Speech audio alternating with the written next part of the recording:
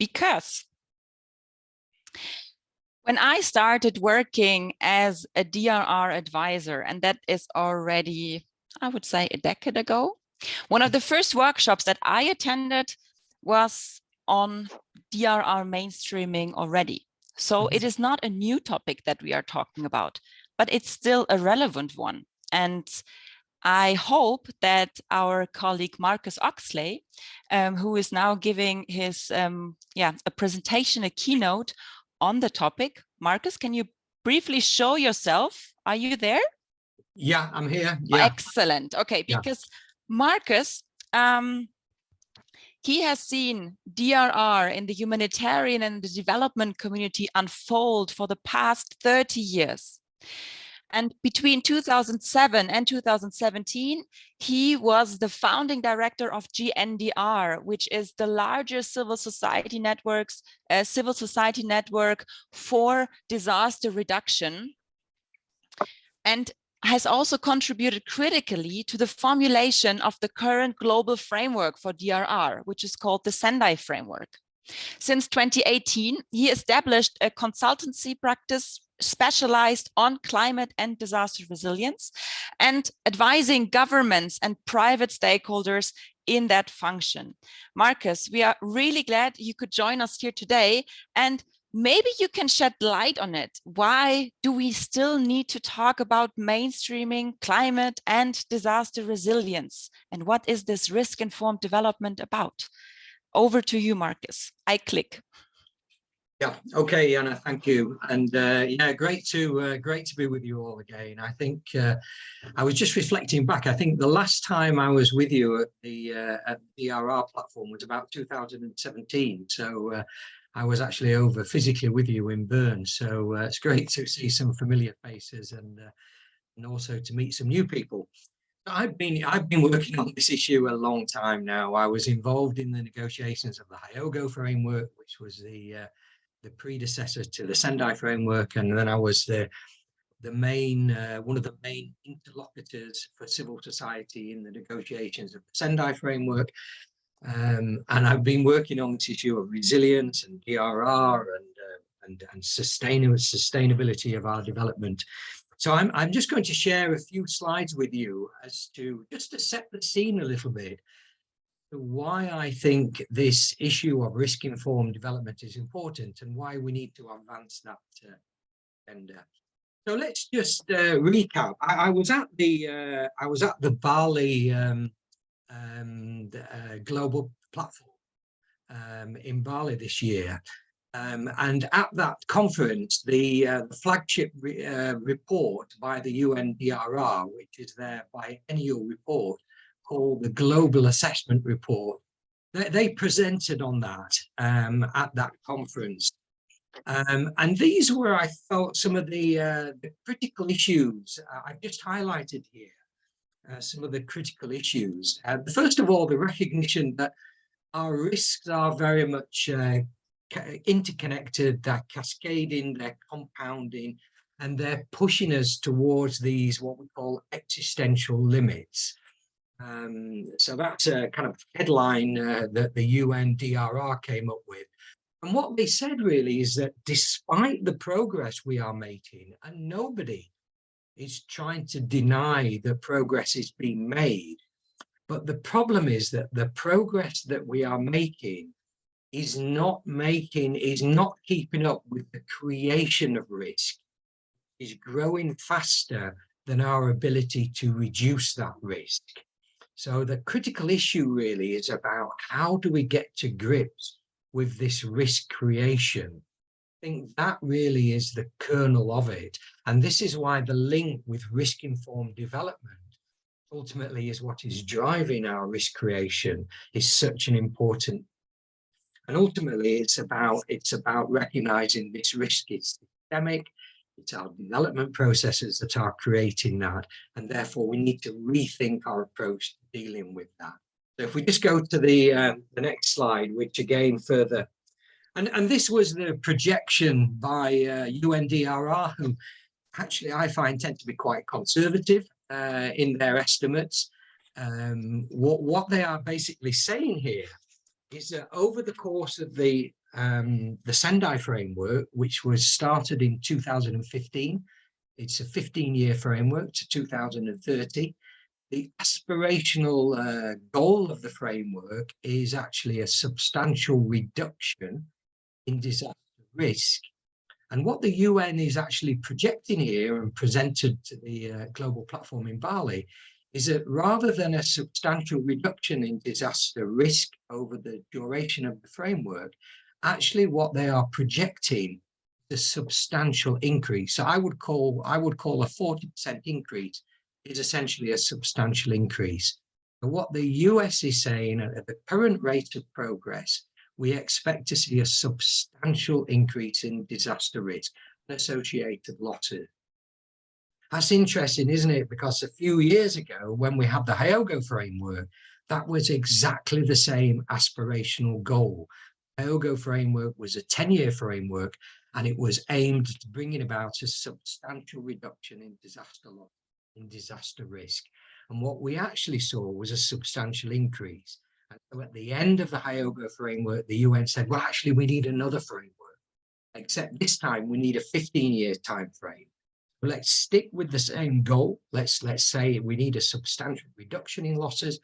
And what they're now saying is actually there's going to be an increase.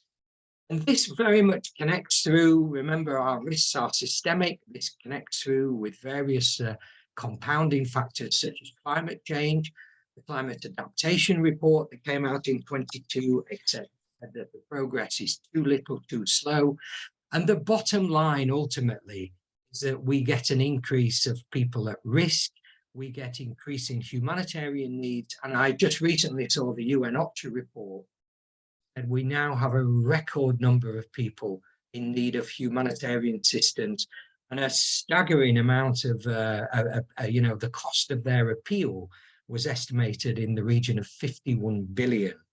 And I also heard the UN saying for the first time that they do not expect that the SDG goal of halving extreme poverty by 2030 will be achievable.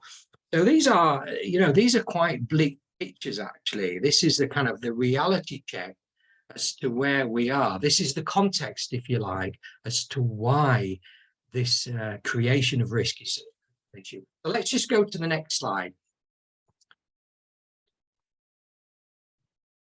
Okay, so when you look at how UNDRR define disaster risk reduction, and you are a DRR platform, so you should be very, very familiar with this. So the UN's definition, UNDRR's definition of DRR, is that it has three main components, really. The first of those is about preventing or minimizing the creation of risk. The second is about reducing existing risk within the system. And the third is about residual risk. So residual risk is often around insurance transfer mechanisms.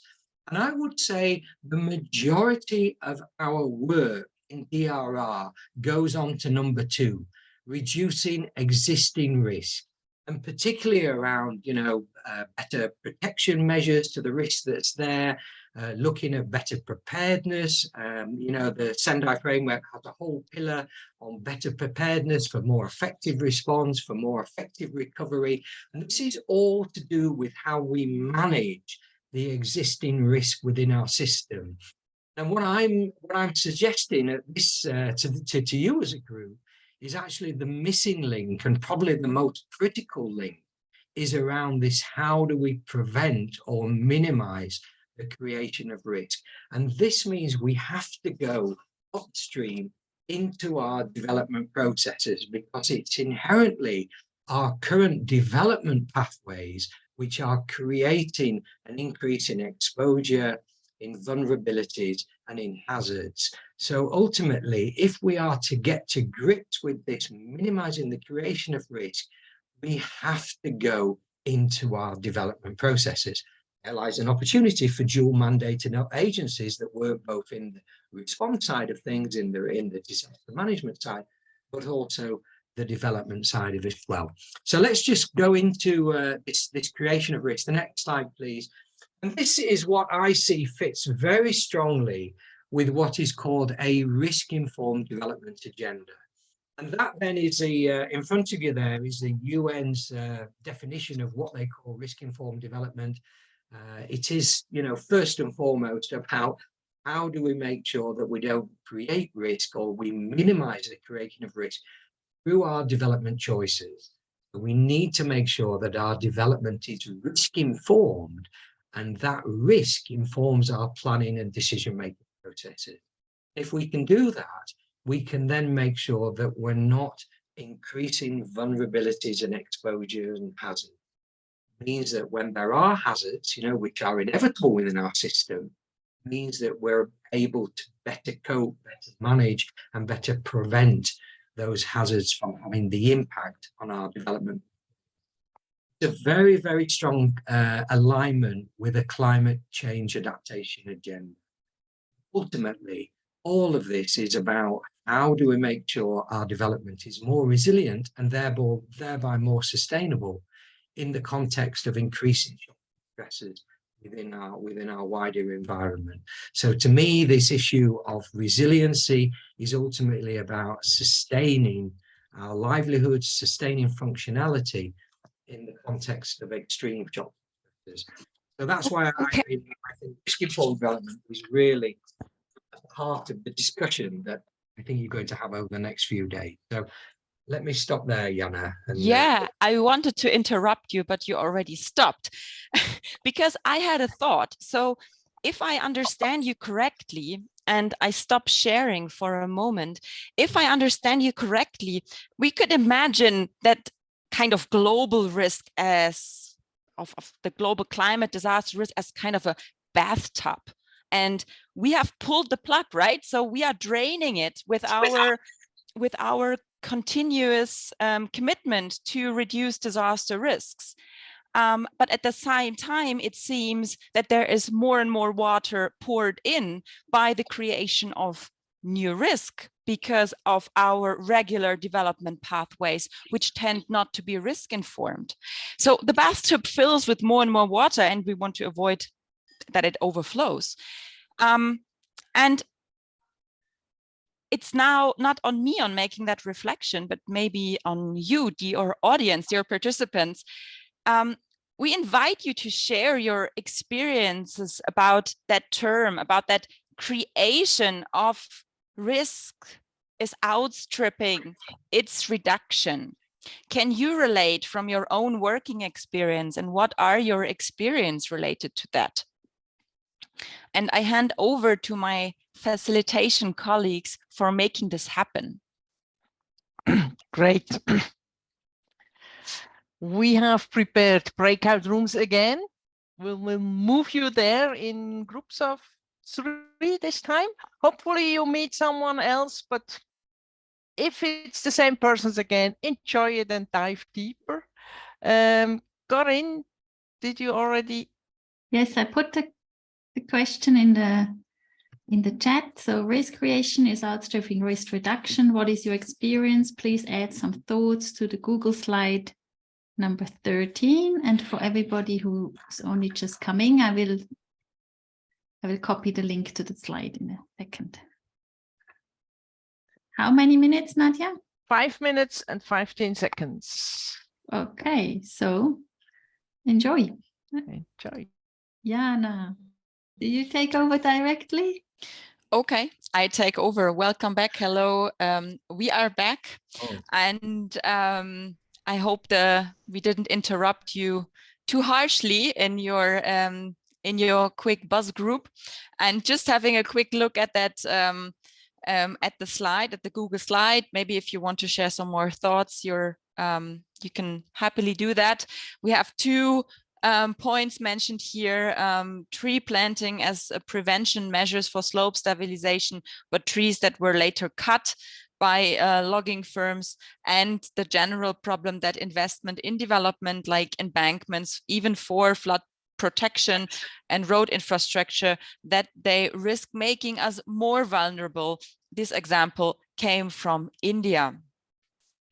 And to not end on this note, of course, we'd like to continue with your presentation, Marcus, to yeah, to shed a bit more light maybe on what is needed to strengthen this risk-informed development and potentially also make make changes in the way that we approach it. I am at the moment a bit lost between Zoom and sharing my screen. Just give me a very quick moment. Yeah. Sharing.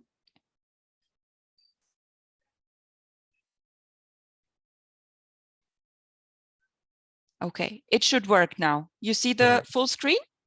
Yeah. Excellent. Yeah. Okay, so Marcus, over Yeah. to you again. Yeah. Okay.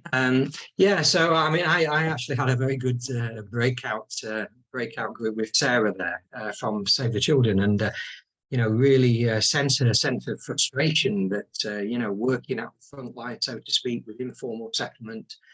And this recognition, actually, there are limits to how resilient people can be and limits to how communities can be. And yet, you know, what can we do about this? And so I think, first of all, you know, for me, as we always say in disaster risk reduction, it's partly about, you know, understanding the risk.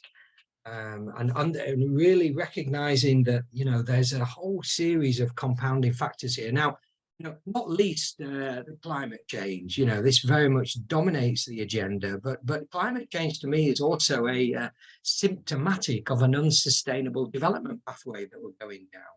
Now, climate change, you know, as we heard at the top, although, you know, perhaps people celebrated some of the progress in terms of, you know, the official recognition of a loss and damage fund, that really is an emergency relief fund, which is going to be quite heavily contested as to, you know, what resource goes into that for whole reasons of political economy discussion. But ultimately, you know, the depressing part of the COP really was that report by the climate scientists that our CO2 emissions in 2022 are at an all-time high. And actually the current pathway that we're on is projecting even increased further emissions in the near-term future. So, you know, it's going to be highly unlikely that we're going to achieve this Paris aspirational goal of plus 1.5, you know, by 2030. I think that scenario is probably going to be likely to be much greater than that.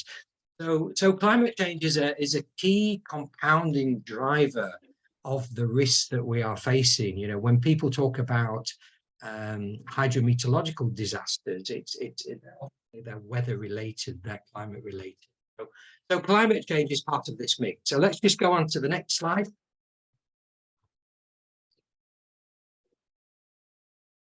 And the other one, which I think, you know, I mean, again, we're having another biodiversity conference now. We've got increasing biodiversity loss, all these talked about. We're now reaching tipping points on all these different ecosystems.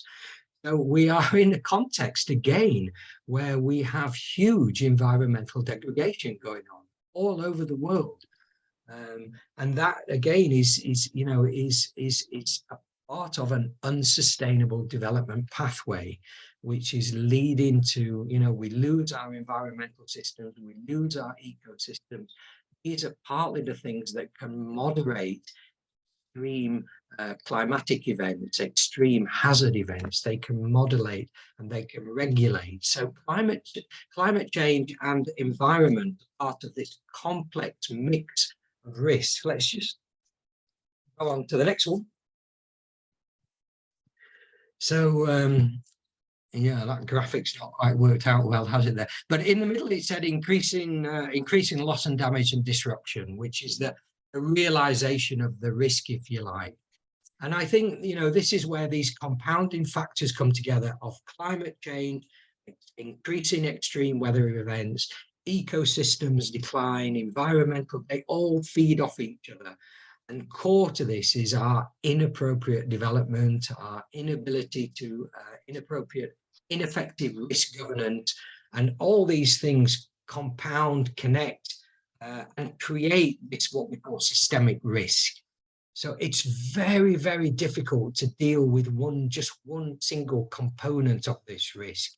It's very much interconnecting and compounding and accelerating to the point where it's getting ahead of our ability to manage this risk.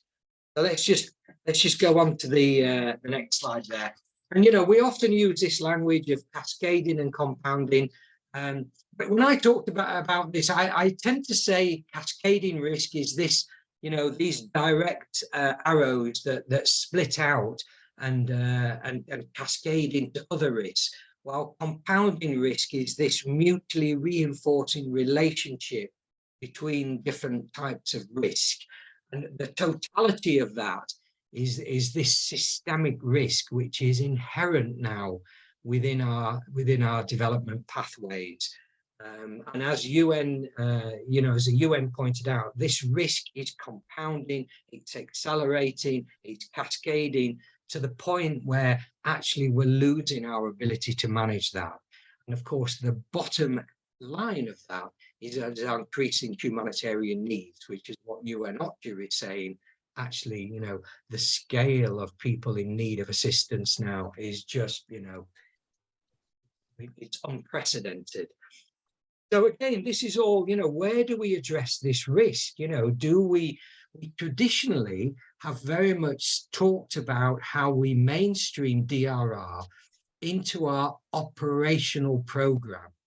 So we tend to talk about mainstreaming into sectors, for example, whether it's, the water sector, health sector, agricultural, or we tend to talk about DRR has to be taken into account in our territorial plans, in our land use plans, in our municipal plans, in our community plans. So traditionally, we've tended to try to mainstream risk into the downstream programmatic level operational plans, sectoral or land-based, whatever.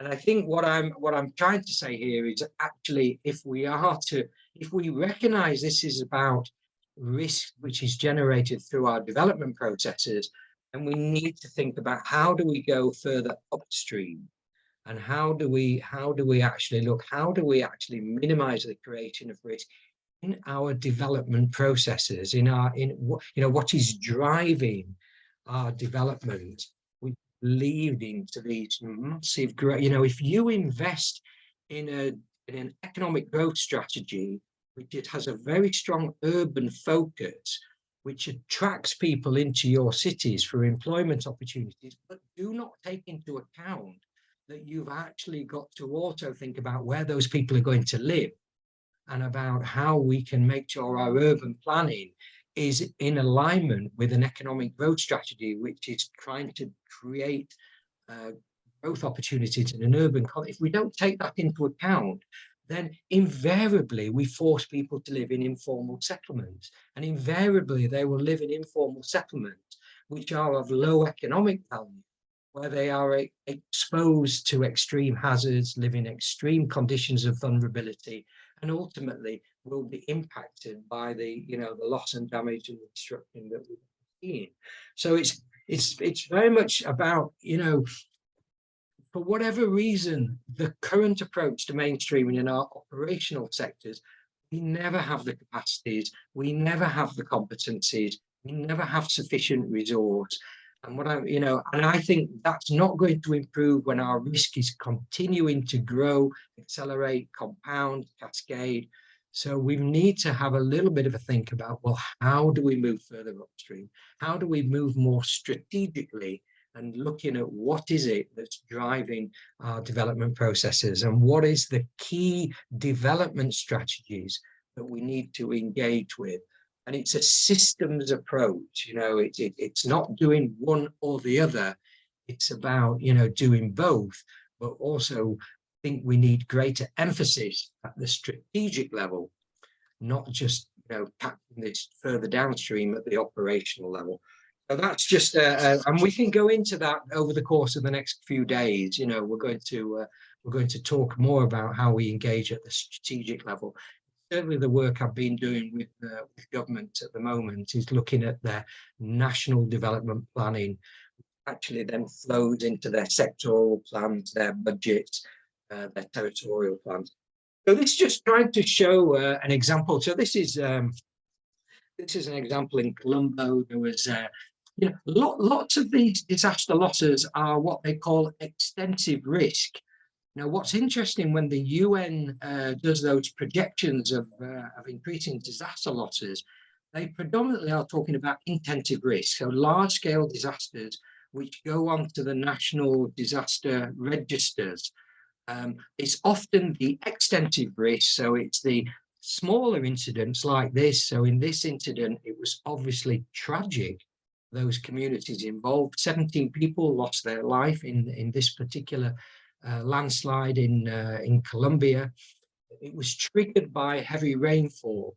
And the heavy rainfall is also impacted by changes in land use in the upland areas. So if you deforest and cut down your vegetation in the upland areas, then actually what you're doing is you're getting increased surface water runoff. That leads to increased erosion.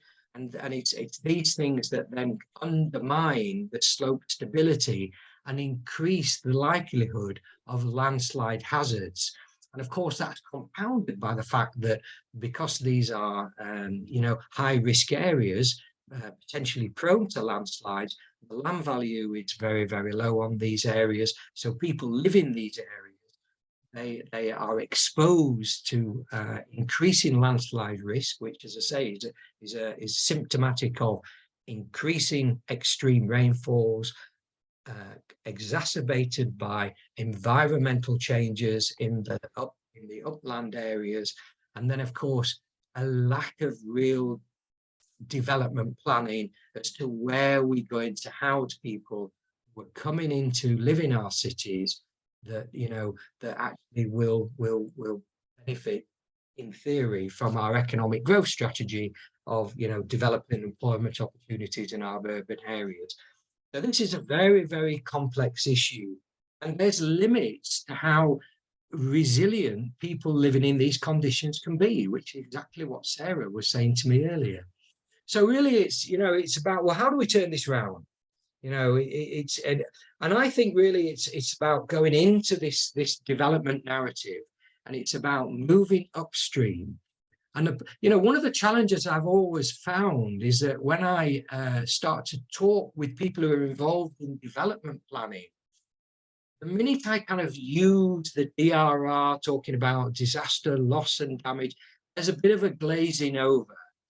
I have to change the narrative.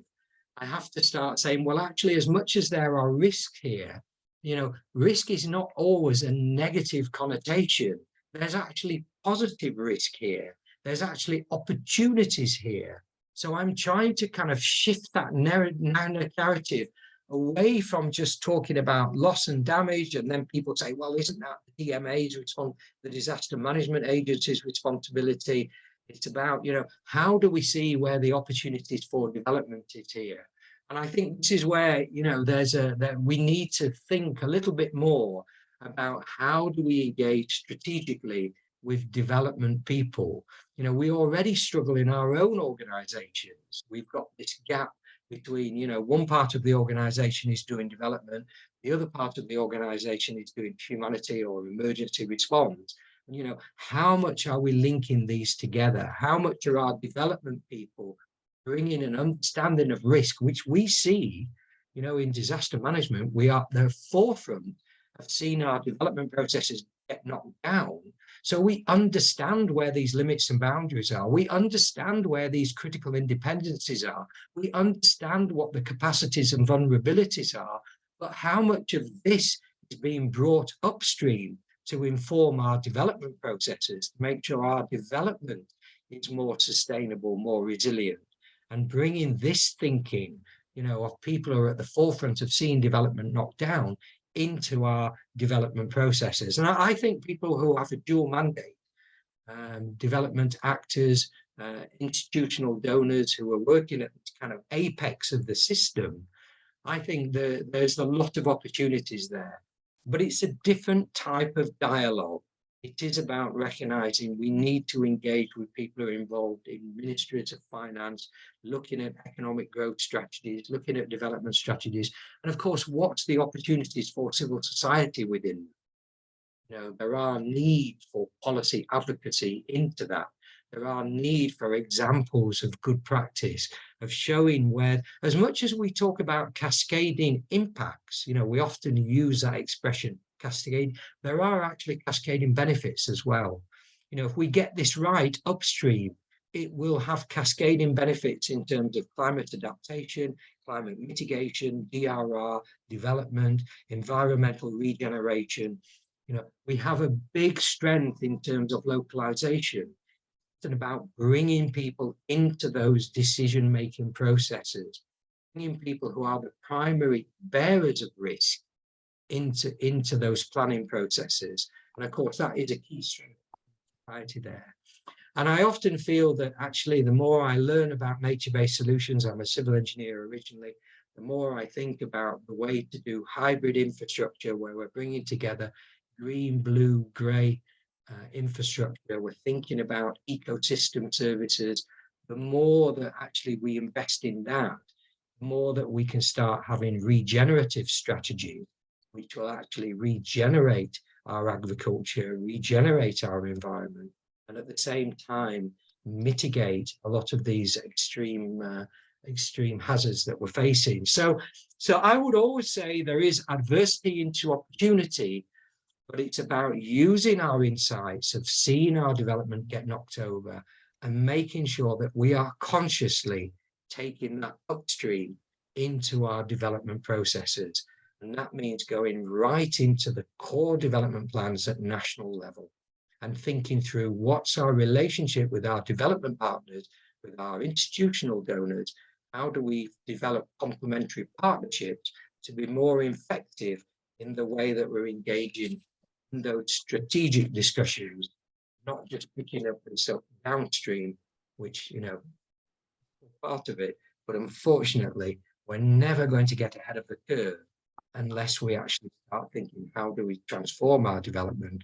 And I think it starts by bringing that understanding of risk into those discussions.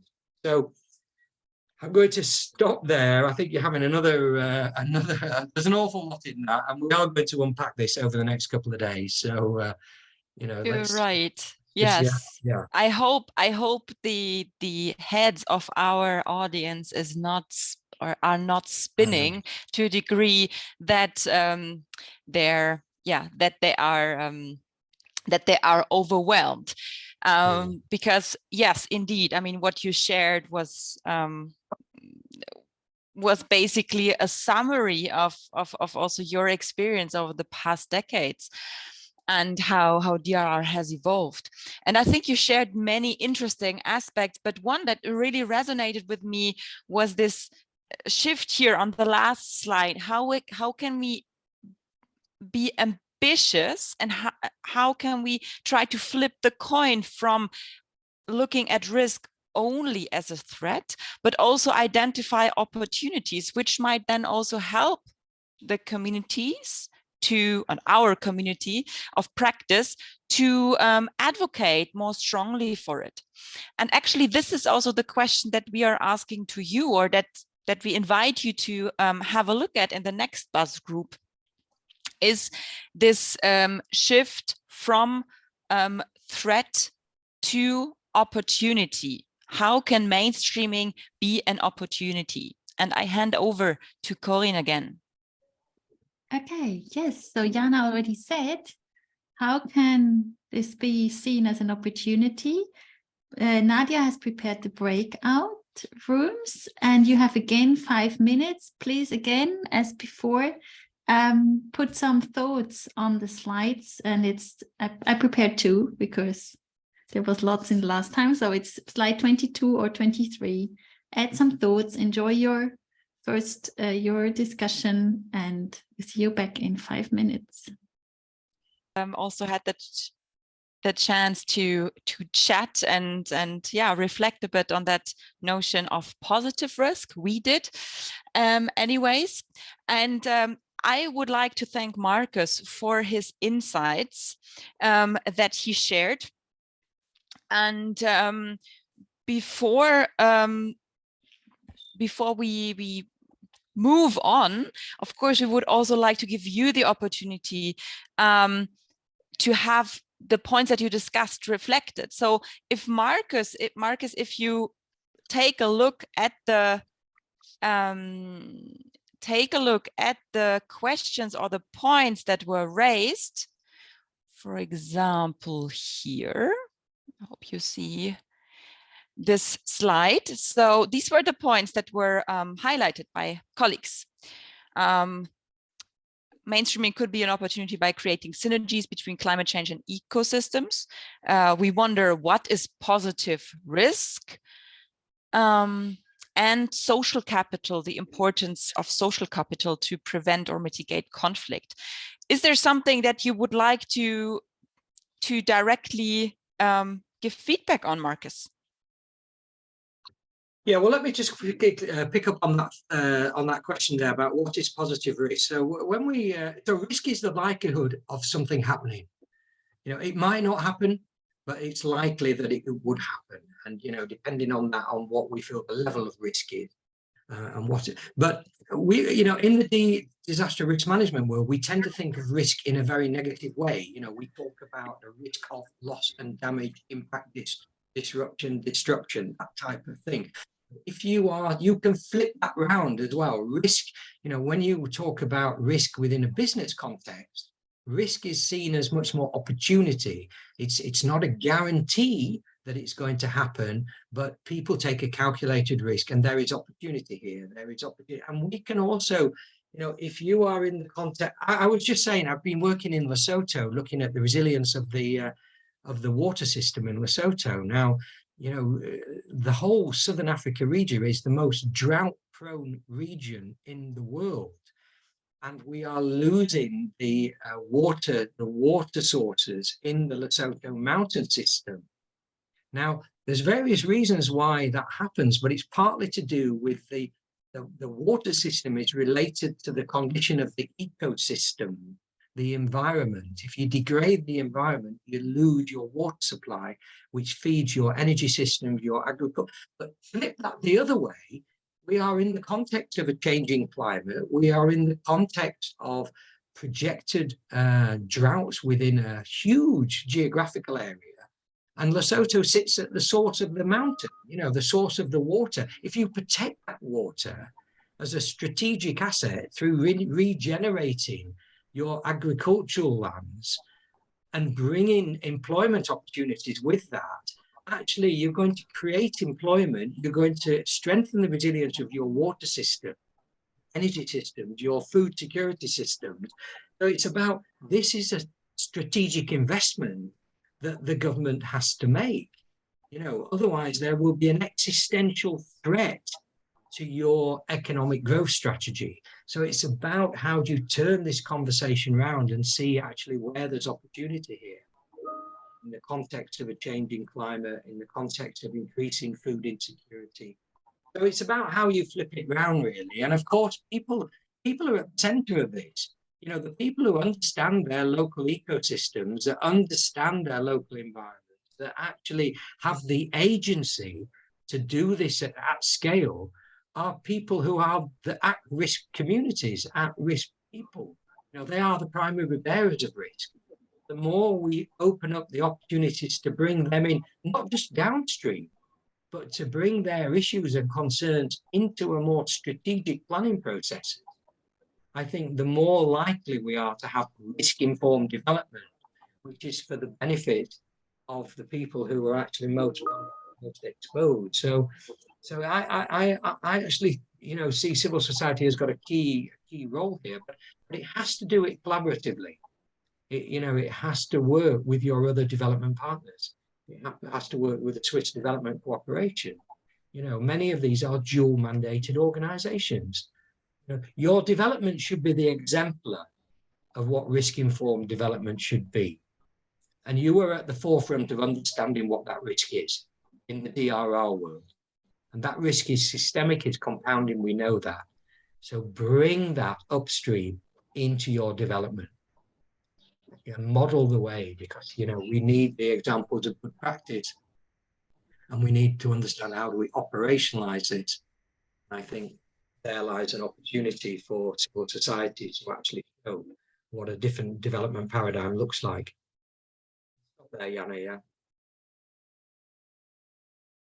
Thank you very much, Marcus. And yeah, maybe you stick around for a moment, and if there are more questions coming to your presentation, we have either the chance to to take them up, but you will also be with us again on Friday during our public event, sharing more perspectives on the enabling environment that is needed for risk-informed development. So if you want to hear more from Marcus, stay tuned until Friday, and we're very much looking forward to the second input of yours. Thank you so much. Thanks, Jana. Thank you. Yeah, for the elaboration of it. With the conference. Yeah. Excellent, great. So handing over to me, Tony. Tony. it seems, To yes, Tony. to me. Also from my side, Marcus and Jana, thank you for this introduction into the topic and making the case for risk-informed development. I will now briefly present the workshop and the workshop structure and dynamics. Take over the next session. That's right, Corinne. And I think that it's Tony who has a few words and then hands over to me. Is that right, Tony? Yes. It's hard when you cannot see each other. Yeah, I have a few words, and then you have a few words, and then I have a few words, and then you have a few words. Yes, I think it will be like this. So you will hear our voices. Great.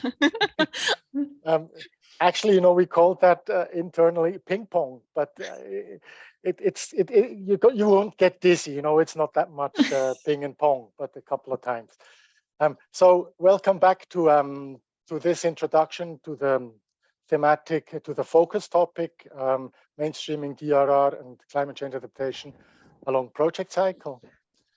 And in this thematic introduction, Jana and I will guide through the mainstreaming phases and highlight what steps and activities do we have to undertake, at what phase, what the essentials are, but also with what aspects we are struggling with. But first, and I will share the screen. And secondly, I give on to you, Jana, for a brief recap. Exactly. So I was very glad to see that Marcus had also in his presentation, let's say, the essence of disaster risk reduction. So this little disaster risk reduction flower. But in order to have us everyone on the same page, the same basic page, I think it's good to recapitulate one more time. So when we talk about climate and disaster risks, as you can see on that figure on that screen, we understand this usually as the disaster risk as the potential negative outcome that may happen due to a combination of factors, which are the following. So in that blue circle, so the white circle with the blue frame, we see weather and climate events, which in our DRR notion would be hazards, but we are, as we said, we try to widen it and include climate risks that are not extremes. So weather events, climate events, natural hazards, climatic stresses, these are the hazards which influence disaster risk in a way or in their intensity and the frequency with which they happen. They serve as one major trigger, but certainly not the only one. And if we look into the white circle with a yellow, with a red lining, we also see vulnerabilities, which is a key contribution to shaping the risk that such a hazardous event or a climatic stress turns into a disaster. Why is that? Because vulnerabilities shape the degree to which people, their livelihoods, their assets, and systems are susceptible to experience harm should such an event or a climatic stress occur. And vulnerabilities can be individual, but also structural. We often talk about gender, disproportionately girls and women being disproportionately affected by disasters, age, disability, but also structural disadvantages, poverty, ethnicity are often shaping people's vulnerability. Often it's the lack of resources and the lack of power. And when we talk about exposure, so the dark blue circle, this clarifies the spatial component of risk. So assets, persons, or infrastructure that are in zones or areas exposed to hazards or climatic stress. Just to give you very, let's say, blunt examples, schools in a floodplain, wells in flood-prone areas, water pipes in steep zones, they are exposed. And depending on their vulnerability and the impact or and the let's say intensity of a hazard or climatic stress, this increases the risk for these assets, but also for people in these settings. So we can recap vulnerability, we can recap exposure, and we can recap hazards as three major components shaping disaster risk. And what we can see also here in this graph is the importance of development processes that are shaping these three circles that on their turn are shaping disaster risk. And it is important to understand these components, as we will come back to them again and again in the course of the workshop. And what I would like to stress, and I cannot stress enough, a disaster is not the hazard. A disaster is a combination of different effects that are natural, that can be man-made, and that often are rooted in our society. And here on the left, you see a bit of a typology maybe of hazards that are considered, that are the major part of what we talk about when we talk about climate and disaster risks. We talk about tectonic and climatic hazards, we talk about climate change related ones, but more and more we are also looking really at general development practices that are unsustainable and that are shaping disaster risk. When we look at, for example, overgrazing, deforestation, forest fires, desertification, pest invasions, but also we realized more and more in our work that the risk spectrum is growing, and we also need to account for that and also incorporate more risks that are perceived as important by the people that we work with, by our main stakeholders. So this just as a very, very tiny introduction and recap of the basis for DRR and adaptation. And I would now like to hand over to Tony to guide you through the project cycle. At least the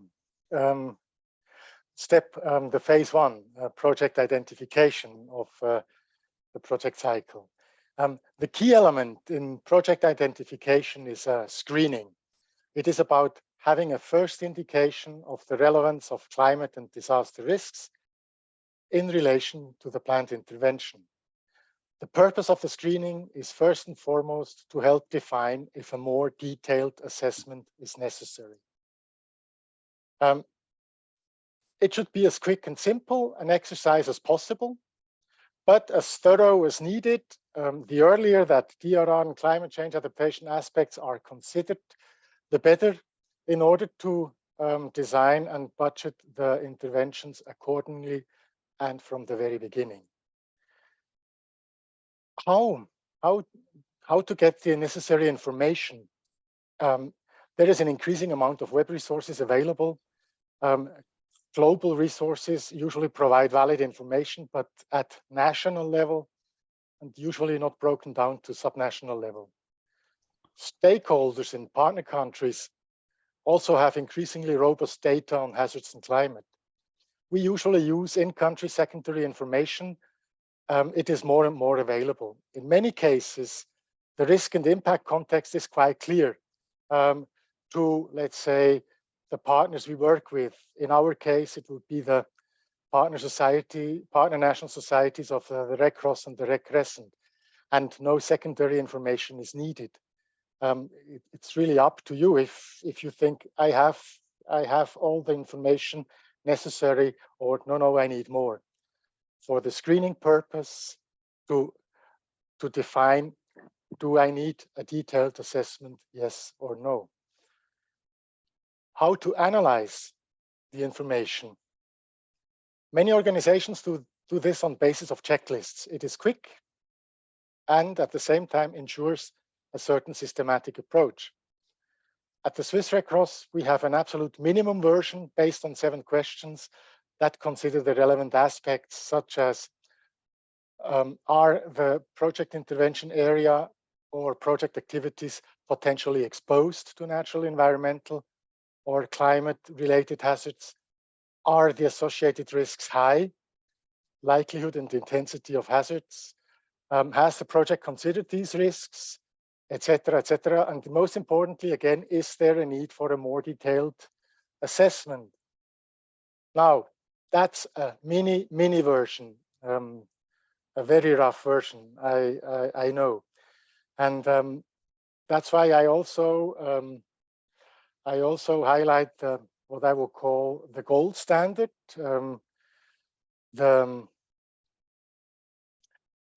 Cedric Light for screening, which from which I pasted the risk matrix. And the risk matrix is a common method to estimate and illustrate the significance of the risks. You estimate the likelihood of a hazard that you identified and the severity or intensity it could have on the intervention, and you combine it to get an indication of the risk level. I'm not going to go into detail because we will see that this afternoon in the practice session, but it's a very commonly used matrix. And it is more, of course, this gold standard is more comprehensive, applies a more rigorous approach than the very rough alternative, but takes more time as well. And that's also what I wanted to highlight. It is many times this trade-off that I'm confronted with when providing advice to program staff: thoroughness and accuracy versus available resources. The result of the screening informs the first project-related document. In our case of the Swiss Red Cross, it is a concept note, and forms the basis of further action, where along the project cycle, if I can say it right, and there we come to project planning. And with this, I ping pong back to Jana. Thank you, Tony. Yeah, you see that we have now moved from the yellow arrow down to the green one. And after, let's say, we are planning a project and we have done a screening, identifying whether, for example, disaster and climate risks may impact our project objectives or our project outcomes in a negative way. For example, for water system or an agricultural project or sustainable value chain market systems project. And after our screening indicating this, we are inclined, or we should be inclined, to include a risk assessment in our planning, which forms the basis for a sound understanding of the interlinkages of our sectoral or systemic intervention and disaster risk as integral part of it. And we are asking ourselves here the 3 questions. Number 1, what can happen? For this, we often look into the past, and we enter into a dialogue and an exchange with our key project stakeholders at community level, but also beyond. We also try to accommodate those findings of what has happened and try to extrapolate them to the future using also secondary analysis, secondary data. Foremost, the risk assessment that results from the hazard and vulnerability analysis is participatory, and it is action-oriented. It analyzes hazards, vulnerabilities, and also capacities with the major stakeholders. And we advocate for integrating the step in the general assessment phase of planning projects, also to create synergies. And what is a regular product of the step? It's often a risk map or a hazard map. Here it's, I hope that you can see it a bit on this photo below. This is in Madagascar, one community where, let's say, at the riverbanks, the village is often affected by cyclones and by riverine floods, and village representatives drew maps, different maps depicting areas that are most likely to be affected by a range of hazards that were pre-identified. They also identified critical infrastructure to be protected, safe havens to go to, and areas of concern for the population. Hazard maps can also look differently, and they can be informed by satellite imagery, aerial photography using drones, and geographical information systems. The second question that we are interested in is, what can we allow to happen? So we have now discussed a whole range of potentials of let's say, a possible event that could have a negative impact. We have identified which impact we are expecting to happen should this event take place, should a flood occur. But in that second question, we rather focus on what development gains are at stake. So how do we risk losing what we have built up in the past, and which risks and which impacts are unacceptable? So in this step, in a process of discussion, facilitated discussion, we are then identifying some kind of protection goal. And in order to understand this, we often use in the Swiss NGO DRR platform the risk staircase, which you see below, where we try to approach disaster risk, and we will see if we can in the future better adapt it to also represent climatic risks. So we follow here the logic of the Sendai framework, look at, let's say, an impact of a planned project, let's say a road, on the risk of flooding or of landslides in a hilly area. So the prevention of risk would point into the direction, how can we avoid, while building that road, that any new landslide risk is created downstream? We also ask ourselves, when constructing this road, can we reduce existing risk by, for example, draining this road in this hilly environment? And how can we also reduce risk further through preparedness and response? This then leads us to, at least in theory, a reduction of this risk to a level that our project stakeholders can better deal with, because what we have to know is we can never erase risk. Risk is there. Every development intervention, every step that we take has risk. So it's more about the management and ensuring that not those most vulnerable are bearing the brunt of disaster risks. And Tony already clicked for the third question. Thank you so much. The last question that we are asking ourselves is, what can be done? Because we have identified what can happen and what do we want to protect and what do we want to avoid. And now the question is how. So we are identifying possible measures at different level. It can be community level. It can also be in exchange with local authorities, up to the national level, as Arabella pointed out in the video that we had seen related to Caritas in Tajikistan. So identify measures and prioritize them using standards, for example, like cost-benefit analysis, in this aspect to inform us about economic efficiency, but also other measures or other criteria like feasibility of measure, acceptability of measure, alternative, and relevance in reducing disaster risks are crucial here. So in that last step, we are creating in the end some kind of an action plan where we are formulating clearly what do we want to achieve with a certain measure, what are we expecting, and how can this be integrated when we talk about a sectoral project, how can this be integrated into the planning.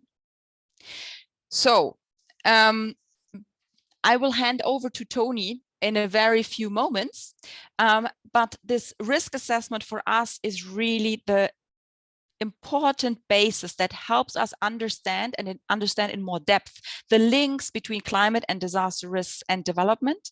It yields us, or it provides us with an inventory of measures that are based on a sound assessment, and it leads us from the knowledge of what can happen to knowledge what we can do to action when we are talking about implementing in the next slide.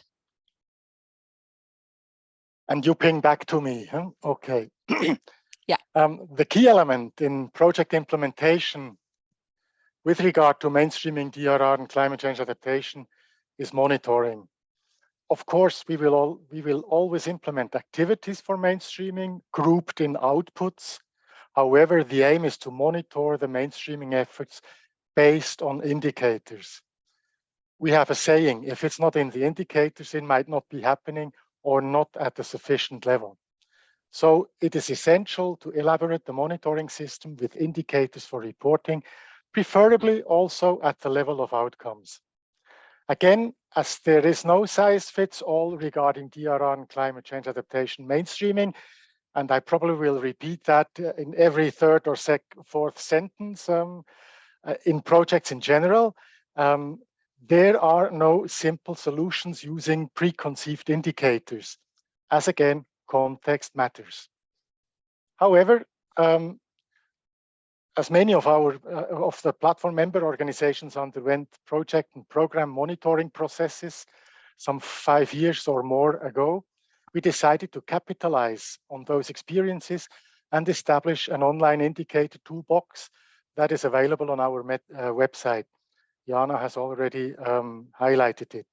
Most of the indicators are oriented towards more targeted approaches, but some can be used as well for mainstreaming purpose. I have posted 2 of them, which I think can be used. Some useful principles to consider: ensure ownership and in implementation, ensure ownership and institutionalization of those measures by communities, but also by the sector administrations at different levels. Elaborate or adjust the necessary tools and have enough resources, financial and time-wise, for capacity building. They are self-explanatory, I think. With this, I think we come to the end of our thematic introduction. Yes, and hand over back to who from Nadia. the facilitator? Okay, to Nadia. Yes, thanks a lot. You can stop the screen sharing, Yes, so yes. we can see the people, because we are not really at the end now. It's about you diving and reacting to what you just heard from Tony and Jana. What we will do is an impromptu networking. Some of you heard about this, then you know what it is. For the others, no worry, I'll explain how it works. You'll meet again in breakout rooms, the magic breakout rooms where interaction happens in a group of 46. How else would it be possible? So you meet again, hopefully someone new, and else enjoy to dive deeper, as I always say, with a question. And here, if you open the chat, you have the question. So now it is, what was new, different, surprising in this presentation? You will be 2 or 3 and you have 4 minutes. So make sure that both or all the 3 of you have time to talk and have time to listen. And then you will get in the second and in the third round new questions. So we do 3 rounds of quick, short exchanges. Don't say it's short. We know it's short, but you can say a lot in 4 minutes. And if you have nothing to say, you can sit together in silence. That's also beautiful. Enjoy the first round with the first question. Bon voyage.